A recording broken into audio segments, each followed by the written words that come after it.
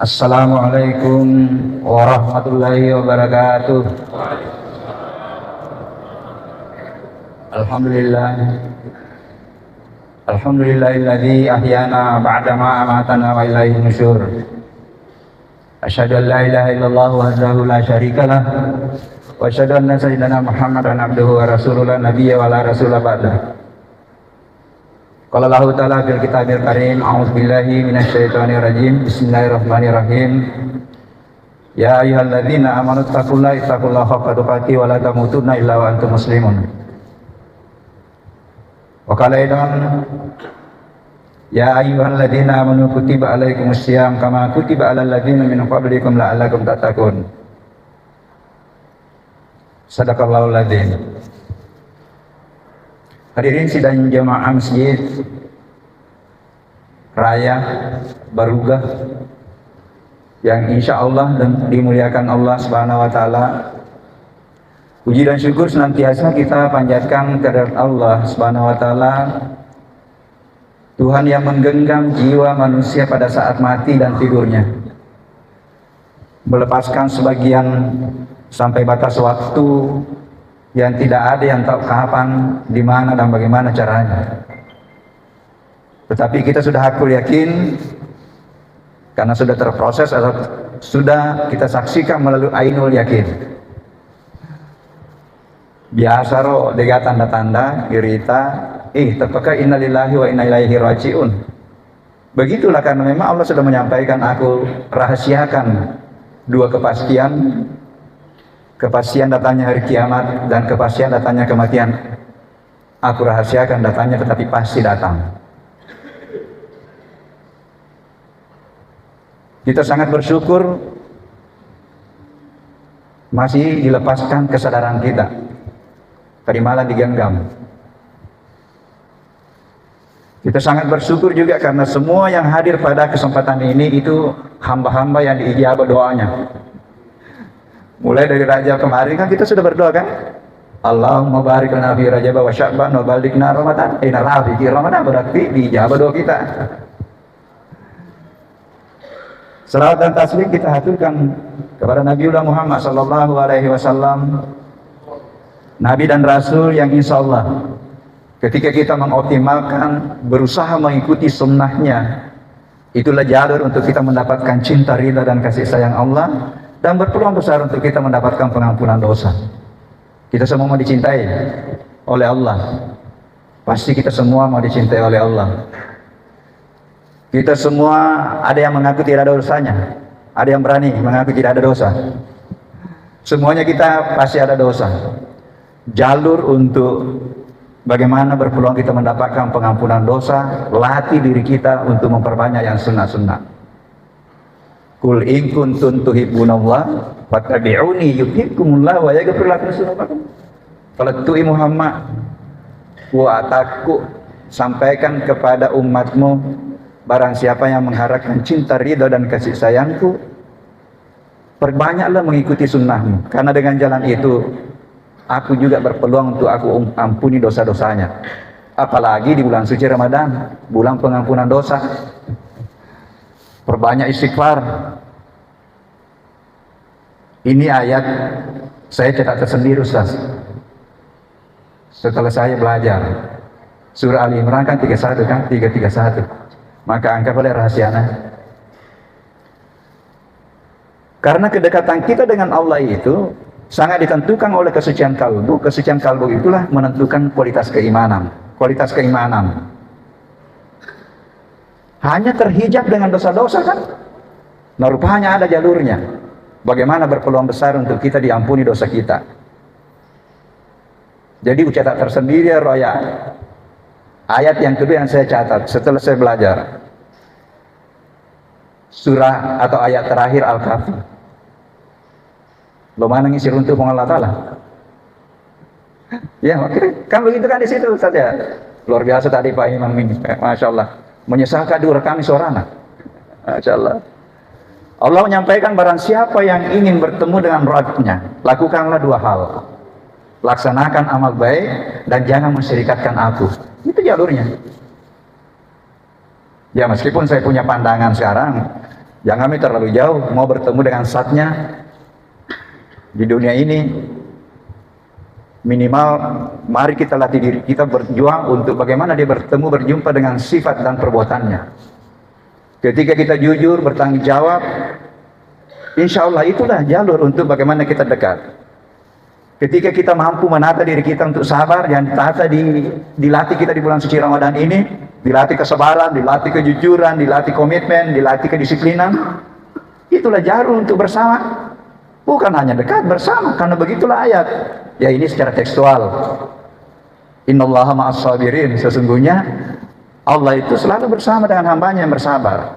Sehingga biasa turun alaikum apabila mubahu Allah Ta'ala. Kau punya macai apalagi jalurnya untuk kita bersama. Luaran dari puasa ini la'allakum tattaqun. Maka dia pun Allah Ta'ala, innallaha ma'al muttaqin. Aku bersama hamba-hamba aku yang bertakwa. Ya roh, napir penggalang-penggalang ayat ya Pak Guru. Tetapi penggalang-penggalang ayat saja kita minta doa kepada Allah untuk menerapkan di dalam kehidupan luar biasa. Kita terapkan dalam kehidupan ketika kita baca ayat ketika tiba waktu salat maka dulu salat. Karena itu khairul lakum in kuntum ta'lamun, itu lebih baik bagimu seandainya kau mau mempraktekkan dan kau mau mempelajari. Betapa banyak hasil-hasil penelitian sekarang. Ya, kalau Bapak membaca, ada namanya mekanisme sirkadian tubuh, ada namanya mekanisme autofagi untuk menjelaskan bagaimana puasa itu bisa menyehatkan. Luar biasa kan saudara-saudara kita di luar itu suka sekali meneliti. Makanya ya maka rahasianya kalau kita mau betul membalik peradaban di Indonesia ini, ambil itu ilmu-ilmu yang sudah dikembangkan oleh Barat, kemudian kita bungkus ulang. Agar pembungkusnya dua. Pembungkus yang pertama adalah referensi ilahi, Al-Quran atau ayat-ayat kauliyah.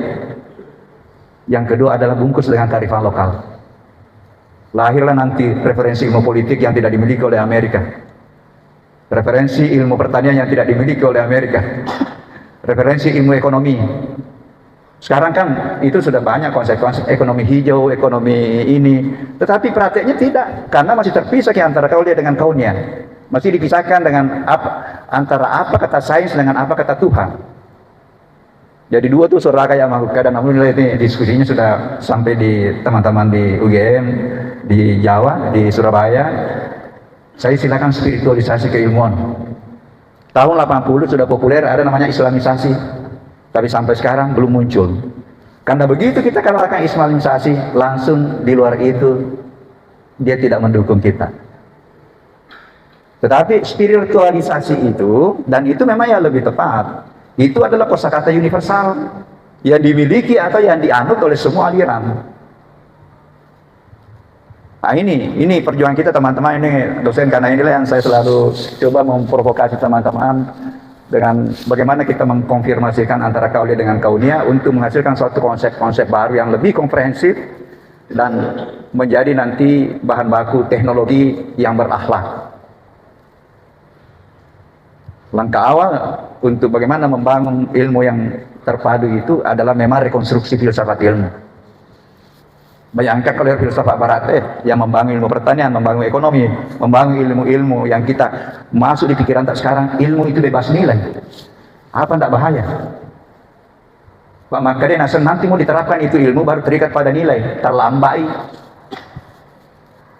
Harus ilmunya sudah terikat pada nilai, baru itulah nanti yang membangun teknologi dan peradaban. Nah kita tidak berani juga keluar dari cengkeraman barat. Maaf teman-teman, sudah 400 tahun kita dijajah pikiran kita. Kita sudah merdeka dari penjajahan fisik, tapi kita tidak sadari dijajah pikiran kita dengan kurikulum orang lain. Ini yang saya coba suarakan sekarang pada teman-teman, para pemikir-pemikir. Mari kita padukan. Bahkan kalau sudah benar nanti ilmu, apapun ilmu kita adalah tarika untuk bermarifat. Apapun yang kita pelajari itu adalah jalan untuk mengenal Tuhan dan jalan untuk mendekatkan diri kepada Tuhan. Kalau ilmunya benar, kalau ilmunya tadi sudah terpadu referensinya antara kauliyah dengan kauniyah. Hadirin sidang jamaah yang insyaallah dimuliakan Allah, angkat tema tersendiri nakasihkan. Ditanya ke Pak Suskafsman. Maka kalau orang minta tema itu, pasti itu ada unsur-unsur lingkungannya. Kecuali kalau dikasih kak tema, karena biasa juga langsung gak dikasih tema, tetapi pelajaran setelah itu, kalau kita dikasih tema langsung berkembang lagi, saya harus belajar. Tetapi kalau minta tema sama saya, pasti itu ada unsur lingkungan, karena saya guru besar di bidang ekologi pertanian. Nah, judulnya takwa dan kearifan lingkungan. Apa itu takwa? Banyak itu nak kaji para ustaz yang lainnya. Yang jelas tadi salah satunya itu bahwa takwa itu adalah indikator kebersamaan kita dengan Allah. Apalagi takwa itu indikator kemuliaannya manusia. Inna akramakum indallahi atqakum. Ya. Apalagi yang perlu dipahami ini, takwa itu adalah tangga kualitas keberimanan kita, kualitas keberagamaan kita, menuju pada puncak kualitas keberagamaan, penyerahan diri total kepada Allah al-muslimun. Jadi iman dasar takwa. Jadi tangga pertama dari kualitas iman kita, kualitas keberagamaan kita adalah sekedar beriman. Makanya yang dipanggil untuk melaksanakan puasa untuk naik tingkat, itu kan orang beriman. Ya ayyuhalladzina amanu kutiba alaikumusiyam kama kutiba alal ladzina min qablikum la'allakum tattaqun. Takwa ini diperintahkan untuk selalu ditingkatkan kualitasnya menjadi takwa yang sebenar-benarnya takwa. Haqqa ya ayyuhalladzina amanu taqullaha haqqa tuqatih wa la tamutunna illa wa antum muslimun. Aja mau mati, jangan pindah ke alam kubur, jangan pindah ke alam barzah sebelum mampu berserah diri kepada aku, al-muslimun. Kalau tidak salah 24 kali diulang itu, yang tertuju pada penyerahan diri. Yang terkadang banyak dipahami, jangan mati sebelum Islam. Nah, yang sudah dipanggil tadi itu sudah Islam. Jadi sebenarnya sudah benar Islam, tapi Islam yang berserah diri. Itulah al-muslimun itu. Coba mungkin buka di Al-Quran, lebih banyak itu diterjemahkan penyerahan diri. Jadi iman tangga pertama yang selalu juga harus ditingkatkan dengan ilmu. Dari ilmu yakin, ainul yakin, naik tingkat ke hakul yakin. Kalau Buya Ar-Rasyid, nah tambah mufi cik nah masih ada di atasnya itu hakul yakin. Tanpa embel-embel, al yakin. Kalau saya kesian masih sampai ketiga, baru ketiga itu. Dan mungkin lebih banyak juga dipahami baru ketiga ya. Ainul yakin, ilmu yakin, hakul yakin. Kemudian jadikan iman itu menjadi dasar untuk amalan. Itulah sederhananya menurut saya yang disebut dengan takwa. Jadi pekerjaan, amalan yang dilandasi dengan iman, itulah takwa. Pekerjaan bagaimana? Dua nih, dibagi dua. Yang terkait dengan ibadah ritual, itulah sempaja, puasa, zikri. Yang kedua yang terkait dengan peran dan fungsi kehalifan kita. Pak dua itu akatana pun Allah Ta'ala akan ciam jiki. Aku tidak ciptakan jin dan manusia kecuali hanya untuk menyembah kepada aku. Yang kedua, aku hadirkan sebagai khalifatullah. Inni ja'ilun fil ardi khalifah.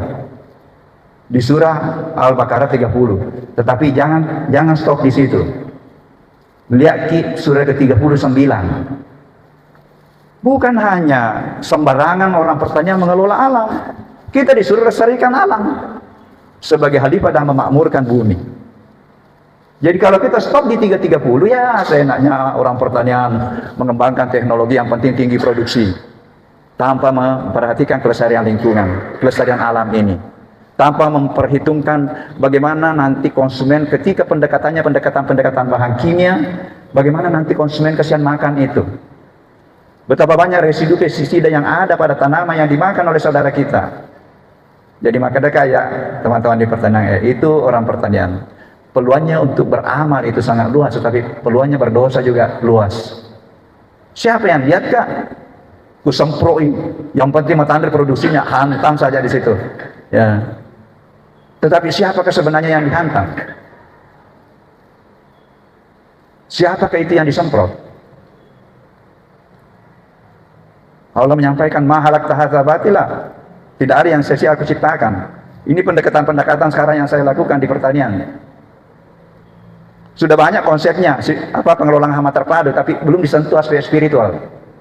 Gulma juga adalah makhluk Tuhan, tikus juga adalah makhluk Tuhan. Tikus datang karena diizinkan Hama datang karena diizinkan. Jadi maaf kalau ada orang pertanyaan di sini, utama itu mah kayak bagaimana mengurangi serangan hama, mengurangi peluang tikus menyerang. Tetap saya ajarkan pola tanam. Menanam bulan sekian berdasarkan pola hujan, tetapi tambah ki. Dekati yang mendatangkan tikus, dekati yang mendatangkan hama. Ini ilmu modern tidak ada itu. Dia akan ada hubungannya. Mana kerja dia ada hubungannya? Tidak ada hubungannya zikir, baca Quran dengan sehat. Kalau sudah terbukti banyaknya orang yang mempraktekkan secara kedokteran sudah tidak bisa sehat, tetapi mengamalkan zikir-zikir tertentu, mengamalkan, memperbanyak baca Al-Quran, dia sembuh. Masih mau dibantah? Ini saya bilang tadi, tidak berani untuk keluar dari cengkeraman orang lain, membuat suatu kriteria ilmu, kriteria sains. Jadi bersuara ke sekarang Pak. Dua yang harus kita lakukan, berani untuk melakukan redefinisi dan berani untuk melakukan perluasan kajian keilmuan. Semua ilmu yang nyata bersambungan yang tidak nyata. Banyak fenomena yang kita lihat ini. Los Angeles kemarin. Kemana dia kira ahli bagaimana memadamkan api? Padam ke api. Tambah berusaha dia mau padamkan, tambah Allah menunjukkan betapa maha berkehendaknya untuk tidak memadamkan api, malah lebih luas. Inilah yang perlu hadir di dalam kesadaran kita, termasuk ini. Tadi takwa, bagaimana kaitannya dengan lingkungan? Saya lingkungan sekarang Pak, saya sudah melakukan redefinisi. Apa itu lingkungan? Yang diajarkan mulai dari SMP sampai doktor. Lingkungan adalah segala sesuatu yang ada di luar diri kita, terdiri dari abiotik dan biotik, ada yang hidup, ada yang tidak hidup. Apa yang dianggap tidak hidup? Air, udara, tanah. Apa yang dianggap hidup? Tanaman, apalagi manusia sendiri, kemudian makhluk hidup lain. Itu yang dianggap hidup. Menurut bahasa sains. Coba konfirmasi dengan bahasa Tuhan. Apakah air hidup? Apakah air mati? Apakah tanah itu termasuk unsur yang mati? Sabbahalillahi ma fis samawati wal ardh. Seluruh yang aku ciptakan bertasbih kepada aku. Seluruh yang aku ciptakan mengandung energi. Energi itulah sumber kehidupan. Bahasa fisikanya kan energi. Ini nanti yang harus kita bangun untuk menghargai juga lingkungan. Dan ini tidak dibantu oleh Guru Kiai Haji Nasaruddin Umar, Pak Kiai. Mohon maaf. Perilaku rahmatan lil alamin. Dia bisa terbangun ketika kita bangun kesadaran energi. Bahwa kita satu kesatuan secara energial. Saya satu kesatuan dengan Pak Imam karena dihubungkan dengan alam energi. Kita satu kesatuan dengan tanaman karena dihubungkan dengan alam energial. Yang disebut sekarang alam kuantum. Yang ditemukan oleh fisikawan kuantum. Jadi mereka pertama salat itu, kedua ilmu berkembang banyak masuk Islam. Biologi molekuler dan fisika kuantum. Kenapa ini para ilmuwan menemukan dari manakah kekuatan ini? Jantung tidak pernah berhenti berdetak. Dari mana kekuatan ini? Matahari ini 5 miliar tahun yang lalu diciptakan alam semesta ini berdasarkan prediksi ilmuwan. Kenapa tetap dia tidak menyatu dengan bumi? Kenapa yang belajar fisika? Proton, elektron, neutron. Proton, neutron itu yang berada pada inti atom. Sudah 5 miliar tahun yang lalu tidak pernah menyatu dengan elektron yang bertawaf mengelilingi inti atom. Rupanya antara ini disinilah alam kuantum namanya. 52 tahun Pak baru dibuktikan oleh para ilmuwan fisika. Tahun 1962 seorang fisikawan memprediksi itu dengan pendekatan rumus. Engkau banyak lebih kecil dari proton elektron ini. Tapi kekurangan katakannya sesara ya. Mungkin itu yang disebut sara dalam Al-Quran. Masih ada ini. Kemudian dia pelajari hampir konsisten, tidak berubah itu, bahwa ada kekuatan. 50 tahun baru betul terbukti. Ada kekuatan yang mendasari kenapa elektron itu tidak menyatu dengan intinya. Tetap berputar sudah 5 miliar tahun, sama dengan bumi ini berputar terus, tidak menyatu dengan matahari, dia dipisahkan dengan alam kuantum. Makanya orang yang temukan, ya nari nasab puang Allah Ta'ala. Dia nari nasab puang Allah Ta'ala. Dikasih nama Pak, the God particles. Makanya syukur kiri selengnya, karena ada Quran yang memandu. Apapun yang kau temukan, apapun yang ditemukan oleh para ilmuwan, itu bukan aku, itu ciptaanku. Karena laisa kamitslihi syai'. Tidak ada yang menyerupai aku. Di ayat lain, aku meliputi seluruh ciptaanku, baik yang gaib maupun yang nyata. Menyamai di selangnya. Dia terjebak bahwa ini adalah Allah Ta'ala kan. Meskipun seluruh kekuatan, seluruh energi yang mempertahankan kehidupan ini ada di alam kuantum itu, bersumber dari alam kuantum, tapi kita terjebak bahwa itulah Tuhan. Kita tidak terjebak karena kekurangan. Kepada di daerah, saya ini orang pertanian, mengajar ekologi. Kalau ekologi konvensional itu Pak, bisa kita terjebak bahwa matahari lah, itulah Tuhan. Kenapa? Sumber kehidupan dari matahari. Dari cahaya matahari. Kita bisa melihat karena ada cahaya matahari. Tanaman bisa berfotosintesis karena ada cahaya matahari. Kalau begitu, ya naruh puaro. Karena sudah mentok di situ. Kalau kita belajar ekosistem, sudah mentok di situ. Wow, ini Tuhan ini. Makanya sampai sekarang kan masih ada yang menyembah matahari. Dan Nabiullah Ibrahim, proses pencarian Tuhannya sempat terjebak dengan matahari itu Tuhan, bulan itu Tuhan, bintang itu Tuhan. Tetapi dengan pencariannya mendapat bisikan, itu bukan aku. Aku dibalik dari apa yang kau saksikan. Ada lagi ayatnya. Ya, ada ayatnya saja. Aku ciptakan matahari dan bulan sebagai sumber kehidupan. Tetapi janganlah kamu menyembah matahari dan bulan. Sembahlah aku yang menciptakan matahari dan bulan. Menyamai di selangnya. Masya Allah. Kembali. Nah, ke lingkungan. Apa saya definisikan ulang tadi lingkungan? Tadi dikatakan bahwa segala sesuatu di luar diri tidak hidup. Padahal Allah mengatakan hidup. Air itu hidup. Air itu bukan hanya unsur lingkungan. Jadi roba lingkungan adalah segala sesuatu yang ada di luar diri kita yang bersambungan dengan diri maka membentuk diri. Beda itu. Dan rupanya karena definisi yang mengisi pikiran kita mempengaruhi nanti sikap dan tindak laku kita dalam kehidupan. Kalau sudah berubah definisinya, yakinkah Pak otomatis kita menghargai air? Siluntu motor ini budaya-budaya lokalnya, boleh kita imbau ke tanah, ada sifatnya tanah, boleh kita kubaya, ada sifatnya waya. Maka kait tanah apa gurunya harus sifat-sifat air, sifat-sifat tanah. Karena saya pengajar ilmu tanah. Nanti saya belajar mengkonfirmasikan dengan bahasa Tuhan, konfirmasikan dengan bahasa budaya, baru lengkap itu ilmu tanahnya itu anak-anak.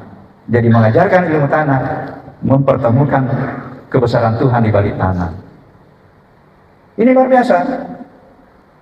Jadi saya roba. Di mana keberanian saya untuk merubah itu? Ada dalilnya. Wajalna minal ma'i kulli syai'in hayy. Seluruh makhluk hidup aku ciptakan dari air. Makanya pada pengajar biologi, sel itu 70 sampai 80%, 60 sampai 70% itu air isinya kan. Selain itu apa unsur tanah? Khaliqum basyarun min tin. Jadi siruntu sebenarnya itu nyaman nak kau siruntu.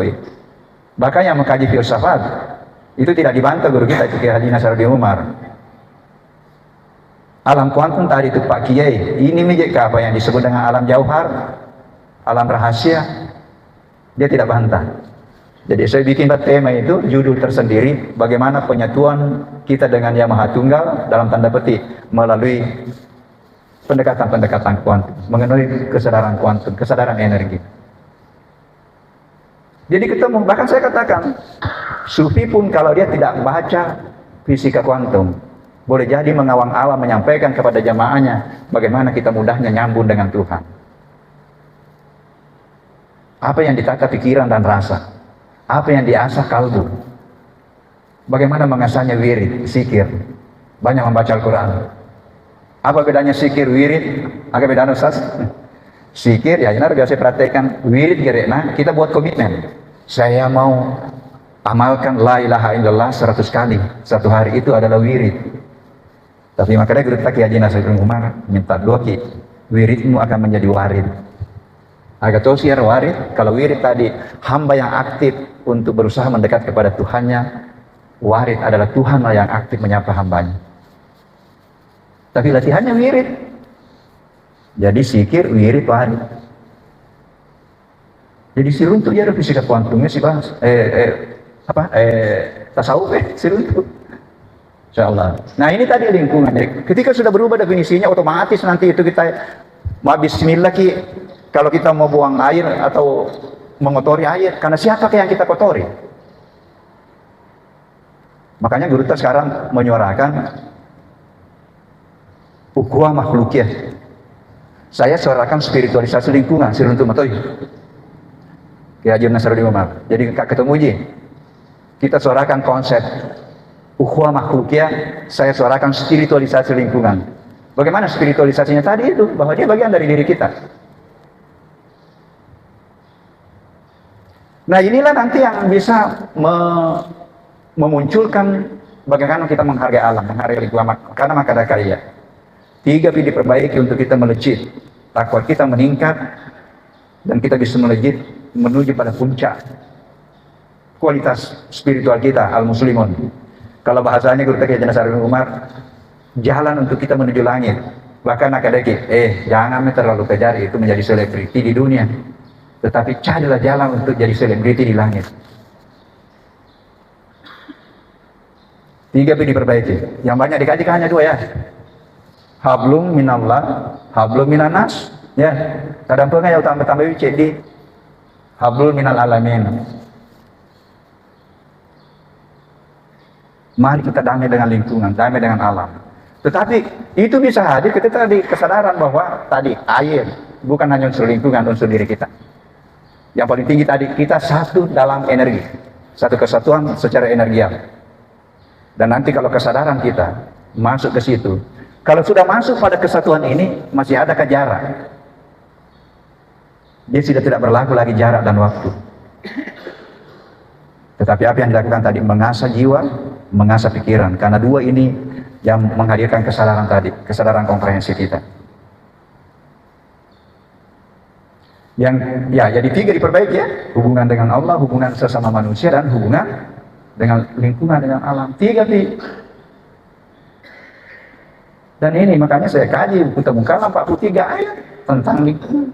Maka itu si bawa teman-teman sebagian Prof, itu sudah tersirat di situ pada hablum minan nas. Saya bilang apa salahnya kalau saya suratkan? Karena tersirat ini banyaknya undang-undang Pak dibuat, undang-undang lingkungan, undang-undang yang dikeluarkan segala itu banyak sekali undang-undang. Tetapi coba dipotret lingkungan tetap juga rusak. Tetap rusak, trennya naik begini, pemanasan bumi tetap naik. Saya masuk ke situ tadi pendekatan spiritual itu. Mudah-mudahan ini bisa berhasil.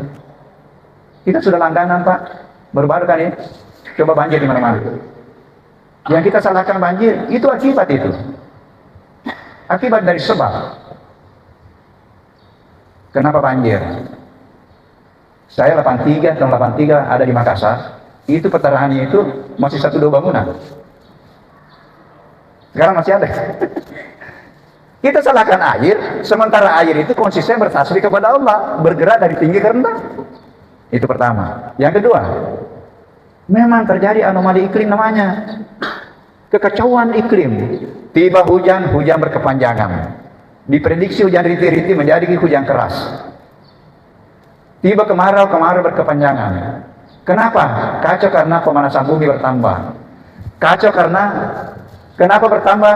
Karena karbon di atas itu bertambah. Awal penciptaan alam semesta ini Allah hanya menciptakan 0,03%. Sekarang diukur 100 tahun terakhir Mendrei. Kenapa naik? Karena karbon itu sebenarnya bahan baku kehidupan yang diikat oleh tanaman melalui fotosintesis. Apa yang terjadi? Dirusak tanaman. Dihantam dengan kepentingan jangka pendek, kepentingan politik, kepentingan ekonomi yang mau mempersiapkan generasinya sampai 7 generasi. Dikuasai hutang, dikuasai tambang, dikuasai ini. Jadi itu ada sebab, itu akibat. Mohon maaf. Jadi langganan makin itu.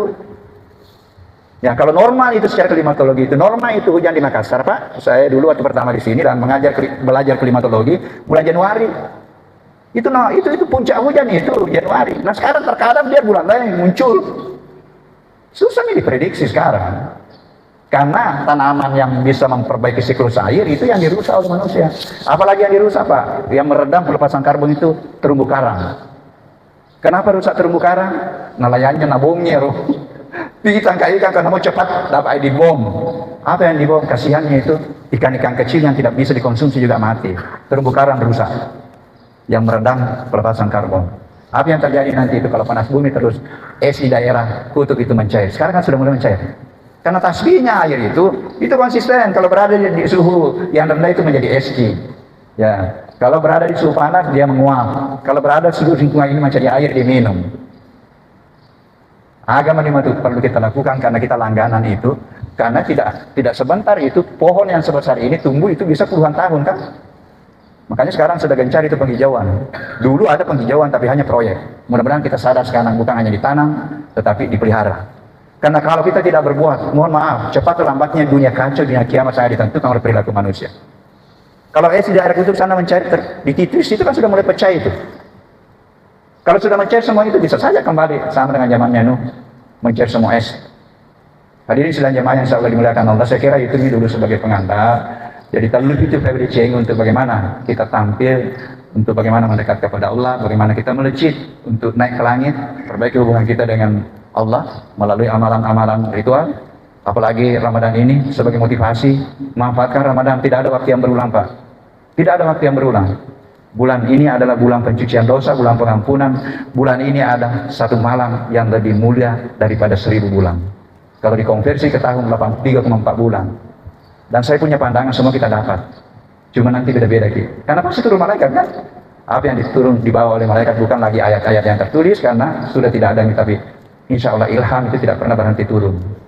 Kita berdoa semua mudah-mudahan kita terpilih karena kita berhasil mensucikan kalbu kita, memancarkan cahaya keluar yang bisa nanti nyambung cahayanya Jibril, nyambung cahaya hikmah Al-Quran atau famase dibawa oleh Jibril sehingga menyatu dengan cahaya dalam kalbu kita. Mudah-mudahan kita terpilih semua. Ada prof dia agak. Assalamualaikum. Mudah-mudahan kita prof terpilih semua nanti untuk mendapatkan ilham, mendapatkan hikmah. Kita berdoa memperbanyak ya Pak doang itu tambahin terus mahasiswa. Karena jangan hanya minta ilmu dan pengetahuan, minta juga hikmah. Jadi itu Ustaz, di mana salah rabisidni ilman wa sikni fahman, utambai wa hikmah. Dan saya sudah kesal guru takiyat nasar ilmu, di mana masalah. Jangan hanya minta ilmu pemahaman, minta hikmah. Kenapa? Hikmah itu hak prerogatif Allah. Yutil hikmah man yasha wa man yutil hikmah faqad utiya khairan katsiran. Ini wari pamase, wari ilham itu kebaikan berbesar di sisi itu. Minta itu. Bahkan sampai Pak bukannya Pak doa malaikat. Sampaikan karena tidak ada itu di buku-buku doa. Yang atau mebui. Ada Pak bukannya. Rabbana wasi'ta kulla syai'in rahmatan wa ilman, baru masuk rabbi sidni ilman wasqini fahman tambah wa hikman. Dari mana Pak buka doa untuk doa malaikat? Kenapa enggak Ustaz? Tetapi Pak buka doa malaikat untuk didoakan orang bertakwa. Wala ya Pak buka doa untuk minta ilmu. Karena makanya ada bertuanlah. Engkau pemilik rahmat dan pemilik ilmu. Berikanlah ilmu, berikanlah aku pemahaman dan berikanlah aku hikmah. Nah yang anakku, cacat karena tidak ada di buku-buku doa itu. Saya kira itu mudah-mudahan ada manfaatnya. Tak ada kesalahan. Tolong diluruskan kalau saya keliru karena saya juga orang belajar. Wallahu muwaffiq ila aqwamit thariq. Assalamualaikum warahmatullahi wabarakatuh.